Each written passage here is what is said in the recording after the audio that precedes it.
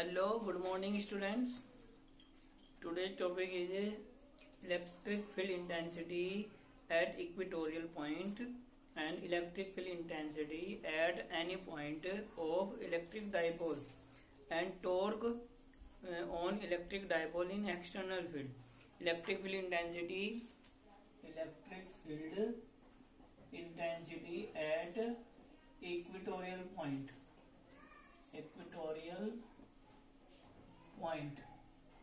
ठीक है, इसको इक्वेटोरियल पॉइंट को परपेंडिकुलर बाइसेक्टर भी बोल सकते हैं। ठीक है, ये कई बार एग्जाम में ऐसे भी आ जाता है, कैलकुलेट या find electric field intensity at perpendicular bisector of electric dipole. तो परपेंडिकुलर बाइसेक्टर या इक्वेटोरियल पॉइंट वो दोनों एक ही बात है। ये हमारे चार्ज पार्टिकल हैं दो, ये ए है और ये बी है। ये प्लस क्यू या इस साइड ले लो, ए बी उससे इधर ले लेंगे थोड़ा, ए ये प्लस क्यू और ये माइनस क्यू, ये हो जाएगा बी। ठीक है, ये इसका सेंटर है। तो इसके सेंटर से जो परपेंडिकुलर बाइसेक्टर किसको बोलते हैं? जो बाइसेक्ट करता है उसको। ठीक है, तो बाइसेक्टर कहाँ से पास होगा? सेंटर से पास होगा। तो यहां से ये इसका बाइसेक्टर है ये। ठीक है, इस साइड भी फाइंड कर सकते हैं, इस साइड भी फाइंड कर सकते हैं, इधर फाइंड करनी है या इधर, वो बात एक ही है। तो ये हमारा ये सेंटर से ये पॉइंट है पी, इसका डिस्टेंस है आर। सेंटर से आर डिस्टेंस पे ये पॉइंट पी है, इस पे हमें नेट फील्ड फाइंड करनी है। तो ये पॉजिटिव है, तो फिर जो फील्ड होगी वो किधर होगी? अलोंग द लाइन ज्वाइनिंग, ये लाइन ज्वाइनिंग होगी। ठीक है, ये पॉजिटिव है, तो इस पॉजिटिव चार्ज की वजह से इस पॉइंट पे जो इलेक्ट्रिक फील्ड होगी वो अवे होगी। क्यों? फील्ड की डायरेक्शन जो होती है वो उस डायरेक्शन में होती है जिधर फोर्स की डायरेक्शन होगी। ठीक है, और फील्ड की डायरेक्शन के लिए हम यहाँ पे पॉजिटिव चार्ज रखेंगे। अगर डायरेक्शन देंगे तो यहाँ पे पॉजिटिव है और ये भी पॉजिटिव है, तो इन पे रिपल्सन होगा। तो इस पॉइंट पे जो चार्ज है इस वाले पे, उस पर फोर्स किधर लगेगा? इधर को लगेगा। तो ये हमारा फील्ड भी इधर होगी जिधर फोर्स होगा। तो ये हो जाएगा E1 electric field at P, electric field intensity at P due to charge plus Q की वजह से। अब इसकी वजह से देखना है तो ये लाइन ज्वाइनिंग होगी, ये हमारी लाइन ज्वाइनिंग होगी। ठीक है, तो इसमें ये नेगेटिव है और यहाँ पे डायरेक्शन पॉजिटिव होगी। जहां पे भी डायरेक्शन फील्ड की देखनी हो वहां हमेशा पॉजिटिव चार्ज रखा जाता है। ये कन्वेंशनल है। जब इसकी स्टार्टिंग हुई थी उस टाइम इसको सपोज किया गया था कि डायरेक्शन पॉजिटिव से देखेंगे तो वही चलता जाएगा। तो यहाँ पे ये पॉजिटिव ये नेगेटिव, तो अट्रैक्शन होगा तो जिधर को फोर्स लगेगा इलेक्ट्रिक फील्ड भी ये इधर को हो जाएगी हमारी E2 हो जाएगा। ठीक है, अब देखो ये वाला यहाँ से यहाँ तक L है और ये वाला भी L है हमारा यहाँ से यहाँ तक। तो ये यहाँ पे इसमें पाइथागोरस थ्योरम अगर लगाएंगे, ये परपेंडिकुलर बेस ये L और ये R, तो ये हो जाएगा R² प्लस L² का अंडर रूट। इधर वाला भी इतना ही हो जाएगा R² प्लस ये वाला भी हमारा R² प्लस L² का अंडर रूट हो जाएगा। ठीक है, अब देखो ये वाला ये साइड और ये साइड दोनों इक्वल है। ठीक है, तो ये वाले एंगल भी दोनों इक्वल हो जाएंगे। ये हमारा आइसोसेलेस ट्रायंगल बन जाएगा। जब ये साइड इक्वल होगी R² और L², तो ये एंगल भी इक्वल हो जाएंगे। अब इसके हमें कंपोनेंट करने हैं। ठीक है, यहाँ पे दोनों ये इक्वल आएंगी बाद में जब देखेंगे मैग्नीट्यूड। तो ये वाला एंगल भी थीटा होगा, ये वाला एंगल भी थीटा होगा। तो इसके कंपोनेंट करेंगे तो इधर इसका कंपोनेंट आएगा E1 cos थीटा। ठीक है, या कंपोनेंट अलग से कर लेंगे इसको ऐसे ही छोड़ दो, भी कंपोनेंट के लिए अलग डायग्राम बना देंगे। ठीक है, आप देखो electric field intensity at P due to charge plus Q की वजह से E पे, यहाँ P पे जो इंटेंसिटी होगी वो फाइंड करेंगे हम। E1 is equal to K Q upon, intensity पे क्या होता है? चार्ज अपॉन डिस्टेंस का स्क्वायर। तो चार्ज हमारा Q है। ठीक है, प्लस माइनस लेने की जरूरत नहीं, और डिस्टेंस ये R² प्लस L², डिस्टेंस का स्क्वायर। तो R² प्लस L² का अंडर रूट, ये हमारा डिस्टेंस है। इसकी वजह से यहाँ पे फील्ड फाइंड करनी है, तो ये तो डिस्टेंस लेंगे तो इसका स्क्वायर करेंगे तो रूट हट जाएगा। तो K Q upon R square plus L square. Direction किधर को हो जाएगी इसकी, एपी डायरेक्शन, एपी डायरेक्शन। और ऐसे निकालेंगे electric field intensity at P due to charge minus Q. तो E2 इज इक्वल टू, ये भी इतना हो जाएगा K Q upon R square plus L square. इसकी डायरेक्शन इधर हो जाएगी, पी बी डायरेक्शन हो जाएगी। ठीक है, अब देखो दोनों का मैग्नीट्यूड सेम है। जो एक्सियल पॉइंट पे था उसमें था एक में आर माइनस एल का स्क्वायर, एक में था आर प्लस एल का स्क्वायर। दोनों की मैग्नीट्यूड अलग अलग थे, E1 ग्रेटर देन E2 था। लेकिन इसमें क्या है, E1 is equal to E2, दोनों सेम है। तो जब दोनों सेम है तो इनका जो रिजल्टेंट होगा वो बिल्कुल सेंटर में होगा, ये एंगल भी फिर बाइसेक्ट हो जाएगा। तो जैसे कि देख लो ये थीटा है तो ये भी थीटा हो जाएगा। ठीक है, कोरोस्पोंडिंग एंगल हो जाएंगे, ये थीटा है ये भी थीटा है, अल्टरनेट इंटीरियर हो जाएंगी। अब इसके हम कंपोनेंट कर देंगे, अलग से हम कंपोनेंट कर देंगे इसके। यहाँ पे देखो एक ये वाला है और एक ये वाला, ये E1 है और ये E2 है। ठीक है, ये हमारा E1 है और ये E2 है। अब ये एंगल थीटा है, ये भी एंगल थीटा है। तो इसका अगर कंपोनेंट करना है तो दो कंपोनेंट होंगे, एक ये वाला होगा और एक ये वाला, दो कंपोनेंट हो जाएंगे। एक ये वाला, इसको अगर हम भूल भी जाएं फिलहाल के लिए तो ऐसे दो कंपोनेंट होते हैं, हॉरिजॉन्टल और एक वर्टिकल। तो ये कंपोनेंट हो जाएगा E1 cos थीटा और ये कंपोनेंट हो जाएगा E1 sin थीटा। और नीचे की तरफ हमारा ये वाला है E2, तो इसके कंपोनेंट हो जाएंगे, इधर हो जाएगा E2 cos थीटा और इधर हो जाएगा E2 sin थीटा। ठीक है, जो हॉरिजॉन्टल में होगा जिधर एंगल होता है वो कोस में होगा, जो परपेंडिकुलर होगा वो साइन में होगा। अब देखो E1 और E2 के वैल्यू सेम है, तो ये जो E1 sin theta E2 sin theta इनकी वैल्यू भी सेम हो जाएगी। जब E1 E2 सेम है तो ये दो इक्वल ऑपोजिट हो जाएंगे, तो ये कैंसिल आउट हो जाएगा, इनका रिजल्टेंट हो जाएगा 0। और ये दोनों सेम डायरेक्शन में, ये दोनों ऐड हो जाएंगे। तो नेट फील्ड जो होगी इसके बाद हम इसमें लिख देंगे on resolving E1 and E2 the component E1 sin theta and E2 sin theta are equal and opposite, they cancel out each other, but the component E1 cos theta and E2 cos theta are in the same direction। समझ गए ना। ठीक है, component E1 sin theta and E2 sin theta are equal and opposite, they cancel out each other, component E1 cos theta and E2 cos theta are in the same direction. तो resultant field आ जाएगी E equal to E1 cos theta plus E2 cos theta. अब इसमें E1 की जगह E2 put कर देंगे, दोनों इक्वल है, putting E1 is equal to E2। तो E इज इक्वल टू, जब ये दोनों सेम आ जाएंगे तो 2E1 cos थीटा आ जाएगा और cos थीटा की वैल्यू आ जाएगी, cos theta is equal to आ जाएगा, कुछ उसमें से ट्रायंगल में से निकाल लेंगे, OB अपॉन OP।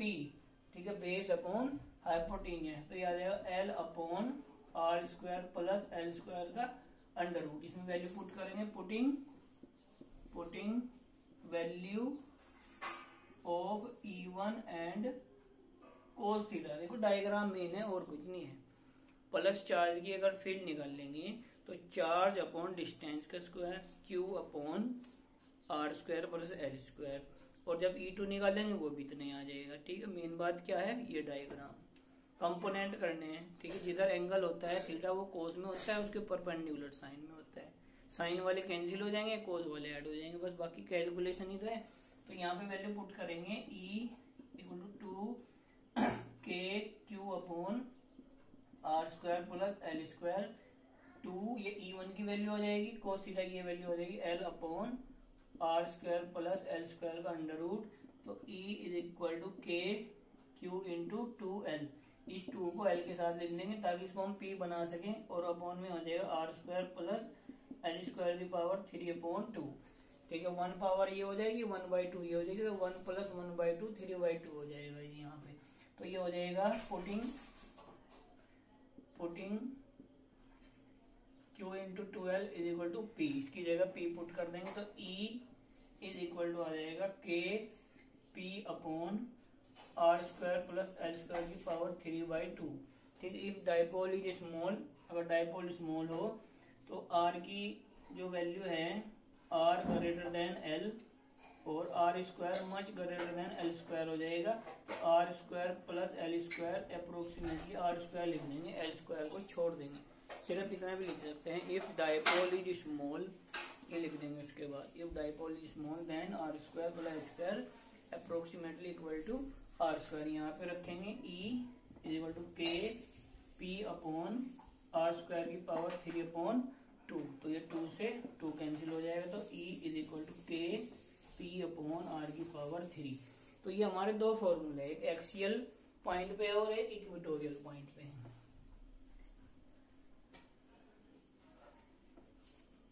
अब देखो जो एक्सियल पॉइंट पे है, एक्सियल पॉइंट पे जो इलेक्ट्रिक फील्ड होगी ई एक्सियल इज इक्वल टू के 2p अपॉन आर क्यूब। ये एक्सियल पॉइंट पे है, किसकी वजह से? डायपोल की वजह से। डायपोल का मोमेंट कितना है? p। और ई इक्वेटोरियल पॉइंट पे हो जाएगा के p अपॉन आर क्यूब। ठीक है। जो नेक्स्ट टॉपिक है हमारा electric field intensity at any point, ये एनसीईआरटी में नहीं है वैसे, at any point due to electric dipole. तो उसमें क्या करेंगे, एनी पॉइंट पे है पी के थीटा एंगल पे हमें इलेक्ट्रिक फील्ड इंटेंसिटी फाइंड करनी है। तो दो कंपोनेंट होंगे इसमें भी, एक होगा कोस में और एक होगा साइन में। तो जो कोस वाला है वो तो होगा एक्सियल लाइन पे और जो साइन वाला वो होगा इक्वेटोरियल लाइन पे। तो कोस पी कोस थीटा की वजह से एक्सियल पॉइंट पे होगा, तो यहाँ पी कोस थीटा आ जाएगा। पी कोस थीटा की वजह से किस पे होगा? एक्सियल पे होगा, तो यहाँ पी कोस थीटा आ जाएगा। और पी साइन थीटा की वजह से जो पॉइंट पी था हमारा वो इक्वेटोरियल पॉइंट पे है, तो यहाँ पे पी साइन थीटा आ जाएगा। ठीक है, ये उसमें ध्यान रखने वाली बात है। अब electric field intensity at any point, किसी भी पॉइंट पे निकालनी है। तो ये हमारा देखो, ये हमारा ये डायपोल है, ये डायपोल है, ये हमारा ये हो गया A B plus Q minus Q, ये इसका सेंटर है। ठीक है, तो ये एक्सियल पॉइंट हो गया, ये इक्वेटोरियल पॉइंट होगा, ये कोई बीच में पॉइंट हो गया एक्सियल के, और ये इक्वेटोरियल है और ये इसके लिए, और ये एक्सियल है। तो ये पॉइंट हमारा यहाँ से ये थीटा एंगल पे है। किस एंगल पे है? थीटा एंगल पे। ये हमारा इधर नेगेटिव से पॉजिटिव की तरफ ये P हो जाएगा, ये P की डायरेक्शन है। तो P से जो P की डायरेक्शन है उससे थीटा एंगल पे ये पॉइंट है हमारा, ये स्मॉल p ले लेंगे, ये पॉइंट है P। इस पे हमें इलेक्ट्रिक फील्ड इंटेंसिटी फाइंड करनी है। अब हमें क्या करना पड़ेगा, इसके कंपोनेंट करने पड़ेंगे। तो इस डायरेक्शन में कंपोनेंट क्या होगा? P कोस थीटा, इधर एंगल होता है वो वाला कंपोनेंट कोस में होता है, और इसके जो परपेंडिकुलर होगा ये वाला होगा परपेंडिकुलर, तो ये वाला हो जाएगा P sine theta, P sine theta. तो ये जो कंपोनेंट है P साइन थीटा, इसके लिए ये जो पॉइंट है P, देखो ये P साइन थीटा है और ये हमारा P पॉइंट हो गया। तो ये परपेंडिकुलर बाइसेक्टर हो गया, तो इसके लिए P पॉइंट हो गया हमारा इक्वेटोरियल पॉइंट, और ये P कोस थीटा है ऐसे, और इधर ये P है, तो इसके लिए कौन सा पॉइंट होगा? ये एक्सियल पॉइंट हो जाएगा। तो इसकी जो फील्ड होगी, इसकी वजह से ये फील्ड हो जाएगी इधर को E1, और इसकी फील्ड हो जाएगी इधर को, ये हो जाएगी E2। इन दोनों के बीच का एंगल कितना होगा? 90 डिग्री, दोनों एक दूसरे के परपेंडिकुलर होंगे। अब देखो ये आ जाएगी हमें electric field intensity at P due to axial component P cos theta, P cos theta की वजह से E1 के 2P cos theta upon R cube. अभी हमने किया था एक्सियल पॉइंट पे कितनी थी फील्ड? इतनी थी, 2P अपॉन आर क्यूब। वो किसकी वजह से थी? वो P की वजह से थी। और यहाँ किस वजह से है? P कोस थीटा की वजह से है, तो इसलिए P की जगह बस P कोस थीटा आ जाएगा और कुछ नहीं है। ठीक है, और electric field intensity at P due to equatorial component P sine theta. तो ये आ जाएगा E2 is equal to K P sine theta upon R cube, ये आ जाएगा। ये दोनों परपेंडिकुलर, अगर परपेंडिकुलर होते हैं दो वेक्टर तो उनका resultant E1 square plus E2 square का अंडर रूट हो जाएगा, तो रिजल्टेंट फील्ड हो जाएगी रिजल्टेंट फील्ड एट P, क्या आ जाएगा E is equal to E1 square plus E2 square का अंडर रूट। ठीक है, आगे अगर हम करते भी हैं तो cos 90 की वजह से वो 0 हो जाएगा, क्योंकि दोनों एक दूसरे के जो एक्सियल है और इक्विटोरियल है वो दोनों एक दूसरे के परपेंडिकुलर होंगे। इनमें वैल्यू पुट कर देंगे तो E इज इक्वल टू, इसकी वैल्यू आ जाएगी के स्क्वायर पी, ये 4p square cos square theta upon R की power 6 plus K square P square sine square theta upon R की पावर 6, इसका अंडर रूट। ये एक्सियल पे थी हमारी 2p cos theta upon R cube, जब square करेंगे तो 4p square cos square theta आ जाएगा। इक्विटोरियल पे थी p साइन थीटा तो ये p square sine square theta आ जाएगा। तो ये के स्क्वायर पी स्क्वायर और आर की पावर 6, ये कॉमन आ जाएगा बाहर, रूट से बाहर आ जाएगा, तो ये आ जाएगा के पी अपॉन आर की पावर 3 बाहर आ जाएगा, और अंदर बचेगा हमारा, ये हो जाएगा 4 cos square theta plus sign square theta. इसको इतना भी छोड़ सकते हैं, इसको पूरे को साइन में भी लिख सकते हैं, पूरे को कोस में भी लिख सकते हैं। अगर पूरे को साइन में लिखना है तो उसको 1 प्लस साइन स्क्वायर थीटा में तोड़ देंगे, कोस में लिखना है इसको 1 प्लस कोस स्क्वायर थीटा में तोड़ देंगे। तो कैसे भी पूछा जा सकता है, K P upon R cube 4 cos square theta plus 1 plus cos square theta का अंडर रूट, तो ये आ जाएगा के पी अपॉन आर क्यूब, और ये आ जाएगा 5 कोस स्क्वायर थीटा प्लस 1 का, सॉरी ये माइनस में आएगा 1 माइनस, तो ये बच जाएगा 3 बच जाएगा, 3 कोस स्क्वायर थीटा प्लस 1 आ जाएगा। ये इसका फॉर्मूला। अगर इसकी डायरेक्शन देखनी होगी, डायरेक्शन किधर को है, ठीक है, मेन बात समझने वाली ये है इसमें कि P कोस थीटा के लिए जो पॉइंट P है वो एक्सियल पॉइंट पे है, और P साइन थीटा के लिए इक्विटोरियल पॉइंट पे है। ठीक है, आप देखो इसकी, अगर ये हमारा है, ये हमारा E1 और ये E2 और ये रिजल्टेंट, ठीक है, ये एंगल हमारा है अल्फा, तो ये बताना है कि रिजल्टेंट ने E1 के साथ कितना एंगल बनाया है, तो tan alpha is equal to perpendicular upon base E2 upon E1, इसकी वैल्यू पुट कर देंगे। E2 ये हमारा K P sine theta upon R cube, और ये K 2p sine theta, sorry sine theta cos theta upon R cube, ये equatorial के लिए, एक्सियल के लिए, तो के से के कैंसिल हो जाएगा, पी से पी कैंसिल हो जाएगा, आर क्यूब से आर क्यूब कैंसिल हो जाएगा, साइन अपॉन कोस tan हो जाएगा, तो tan alpha is equal to tan theta upon 2, इसका आंसर आ जाएगा यहाँ से।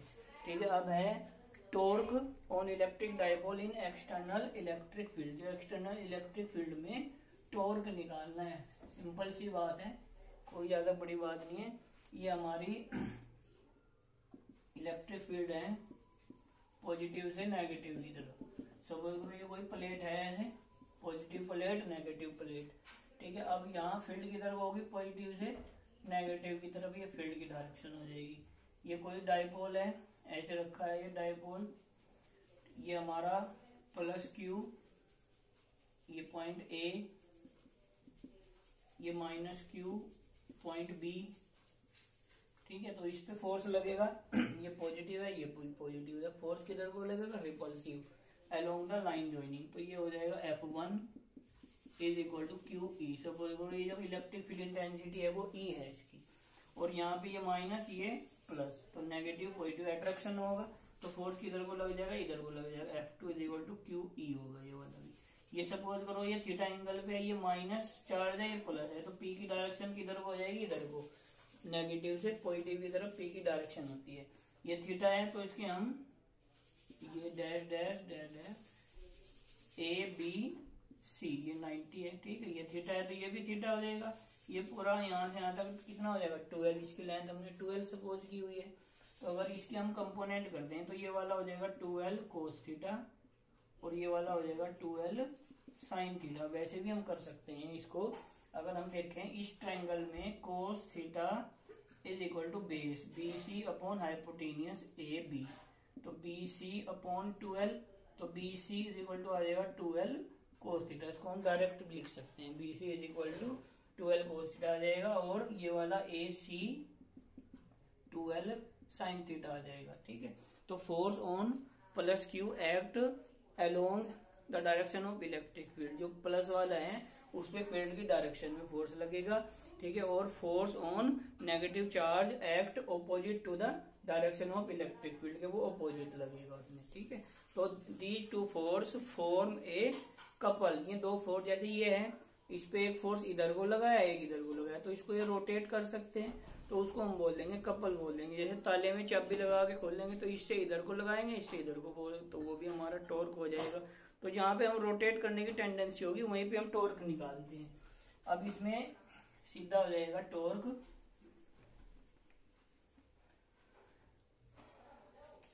हो जाएगा F1 और F2, कोई एक फोर्स ले लेंगे, मल्टीप्लाई परपेंडिकुलर डिस्टेंस है। देखो ये हमारा ऐसे है, ये तो F1 है और ये हमारा F2 है, ये इसकी लाइन ऑफ एक्शन होगी और ये इसकी लाइन ऑफ एक्शन होगी, दोनों फोर्स की। इन दोनों के बीच का परपेंडिकुलर डिस्टेंस ही होगा, तो जहां से भी हम फाइंड कर सकते हैं वहां से फाइंड कर लेंगे। तो ये हमने ये फाइंड किया हुआ है 12 साइन थीटा, तो जितना डिस्टेंस ये होगा उतना ये होगा, उतना ये होगा, तो लाइन ऑफ एक्शन के बीच का परपेंडिकुलर डिस्टेंस लिया जाता है इसमें। तो इसमें हम क्या आ जाएगा, टो इज इक्वल टू, इसकी वैल्यू रख देंगे क्यू ई और 2l साइन थीटा। तो tau is equal to Q into 12 को क्यू के साथ ले लेंगे ताकि उसको पी लिख सके, ई साइन थीटा।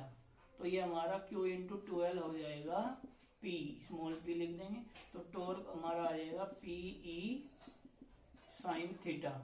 ठीक है, ये इसका फॉर्मूला। अब इसको वेक्टर फॉर्म में लिखना है क्योंकि वेक्टर क्वांटिटी है, तो P vector cross E vector, ऐसे हम इसको लिख सकते हैं। ठीक है, इनके बीच का एंगल है। देखो अगर if theta is equal to 0 और थीटा इज इक्वल टू 180, तो टॉर्क हो जाएगा 0। तो ये हमारी स्टेबल इक्विलिब्रियम हो जाएगा। क्या हो जाएगा, स्टेबल इक्विलिब्रियम हो जाएगा। और इसमें भी दो हैं, ये स्टेबल होगा और ये दोनों ही इक्विलिब्रियम होंगे, ये स्टेबल होगा, ये अनस्टेबल होगा। क्यों होगा अभी बताता हूँ। तो टॉर्क 0 होगा अगर थीटा की वैल्यू 0 या 180 होगी। अगर थीटा की वैल्यू 90 होगी तो टॉर्क मैक्सिमम होगा, torque maximum is equal to P E, ये इतना हो जाएगा। और अगर थीटा की वैल्यू 30 डिग्री होगी तो टो की वैल्यू जो है वो पी ई साइन 30 की वैल्यू 1/2, तो पी ई अपॉन 2, तो ये मैक्सिमम की हाफ हो जाएगी, टो मैक्सिमम अपॉन हाफ। ही पूछ सकते हैं कि किस कंडीशन में जो टॉर्क होगा वो मैक्सिमम का हाफ होगा, तो कब होगा, जब थीटा की वैल्यू हमारी 30 डिग्री होगी, पी और ई के बीच का एंगल 30 डिग्री होगा। अब देखो स्टेबल इक्विलिब्रियम, ये हमारी इलेक्ट्रिक फील्ड है, यहाँ पे ये ऐसे रखा हुआ है, ऐसे रखा हुआ है, ये नेगेटिव क्यू और पॉजिटिव क्यू, तो पी की डायरेक्शन इधर को होगी। ठीक है, और ये फील्ड की डायरेक्शन, तो एंगल इसका कितना हो जाएगा, 0 हो जाएगा। तो इस कंडीशन में अगर इसको हम थोड़ा सा ऐसे डिस्प्लेस कर दें, हमने ऐसे कर दिया इसको, ये पॉजिटिव और ये नेगेटिव, तो इस पे फोर्स इधर को लगेगा, इस पे इधर को लगेगा, तो ये किधर रोटेट करेगा, ये इधर को ऐसे वापिस आएगा। ठीक है, तो यहाँ से अगर इसको हम डिस्प्लेस करते हैं हल्का सा, तो ये वापस आ जाएगा, तो ये स्टेबल इक्विलिब्रियम हो जाएगा। थोड़ा सा डिस्प्लेस करने से उस पर ज्यादा फर्क नहीं पड़ेगा, वो वापस आ जाएगा। लेकिन अगर हम इसको डाइपोल को ऐसे रखें, इधर माइनस क्यू और इधर प्लस क्यू, तो फिर पी की डायरेक्शन इधर हो जाएगी, तो ये एंगल हमारा हो जाएगा 180 डिग्री। तो 180 डिग्री इसमें क्या होगा, जब हमने इसको सपोज करो ऐसे कर दिया, ऐसे, ये हमारा प्लस क्यू और ये वाला माइनस क्यू, इधर पॉजिटिव और इधर नेगेटिव, तो इस पर फोर्स किधर लगेगा, इस पे फोर्स लग जाएगा, ये प्लस है ये भी प्लस, रिपल्सन, इधर फोर्स लगेगा और इस पे फोर्स लगेगा इधर को, तो ये वापिस नहीं आएगा। ठीक है, अगर ये 180 पे ऐसे है, इसको हमने डिस्प्लेस कर दिया, तो ये वापिस नहीं आएगा। वापिस क्यों नहीं आएगा, क्योंकि अगर वापिस फोर्स लगता तो वापिस आता, लेकिन फोर्स इस पे ऐसे ही, ये फिर रोटेट करता ही चला जाएगा। जब तक ये 180 पे है तब तक टॉर्क 0 है, वो इक्विलिब्रियम में है, लेकिन वो स्टेबल इक्विलिब्रियम में नहीं है। अगर उसको हम डिस्प्लेस कर देंगे तो वो अपनी ओरिजिनल पोजीशन को रिगेन नहीं करेगा, वो रोटेट करता ही चला जाएगा, इसलिए इसको अनस्टेबल इक्विलिब्रियम बोलते हैं। ये क्वेश्चन कई बार पूछा गया कि कब स्टेबल होगा कब अनस्टेबल होगा। तो जब पी वेक्टर और ई वेक्टर के बीच का एंगल 0 डिग्री होगा, ठीक है, ऐसे रखा होगा, इधर -q इधर +q, तो वो स्टेबल होगा। क्यों? क्योंकि उसको डिस्प्लेस करने से वो वापस आ जाएगा, इसलिए वो स्टेबल होगा। जब 180 पे होगा तो वो अनस्टेबल होगा। क्यों? क्योंकि उसको रोटेट, अगर हम हल्का डिस्प्लेस कर देंगे तो वो वापस नहीं आएगा, वो फिर रोटेट करता ही चला जाएगा, इसलिए इसको अनस्टेबल इक्विलिब्रियम बोलते हैं। Thank you.